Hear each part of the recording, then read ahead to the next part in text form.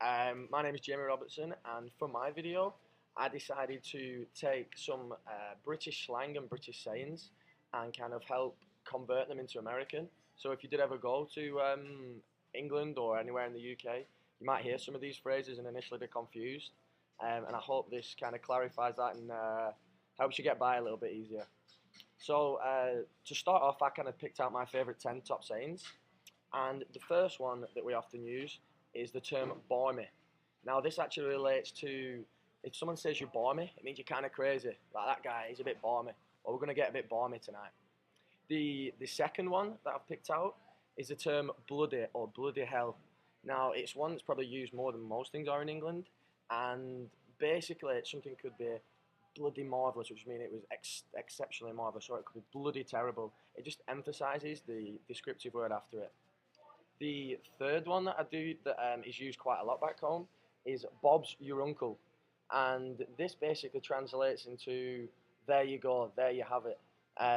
So you'd say, you'd give somebody a recipe for a meal and they'd do it, they'd read all the recipe and go, I've got it, oh, Bob's your uncle, beautiful, I've got it. The next one that is especially relevant, especially for me personally, is the word cheers. Now, obviously in America, the word cheers is just when you have a beer, cheers. But it also is a way of us saying thank you. So say you're in a convenience store and someone says cheers to you. Don't think it's always related to alcohol or a beer. It's actually just another way of us saying thank you. The next one is the word chuffed.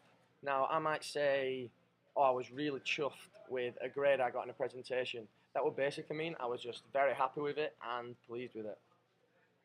Now, another one that I can go into a bit of detail on is Cockney rhyming slang. It is kind of more confusing than the rest of them because it's a whole basically new language. So I won't bore you with overdoing the examples, but basically it's something that rhymes with what you're trying to say. So, for example, if I said I'd like a pint of Stella, if I was trying to say that, you'd often go, oh, I'll take a Nelson Mandela, please. Or if you were starving, you'd say, oh, I'm Hank Marvin. And it goes on like that, and you can kind of make it up yourself. It's not necessarily a dedicated language, so you can make up your own little saying, and hopefully it catches on, and then it will become staple, and people understand what you're saying.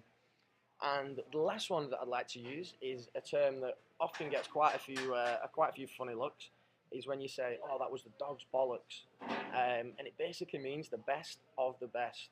So, say I just I've been out for a meal. The waitress says, "How was your meal?" I'd say, "Oh, it was the dog's bollocks," which means it was the best of the best.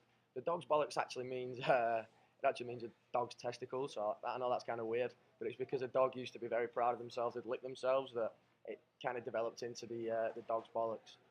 Anyway, thank you very much for listening, and I hope this will help you in your future travels.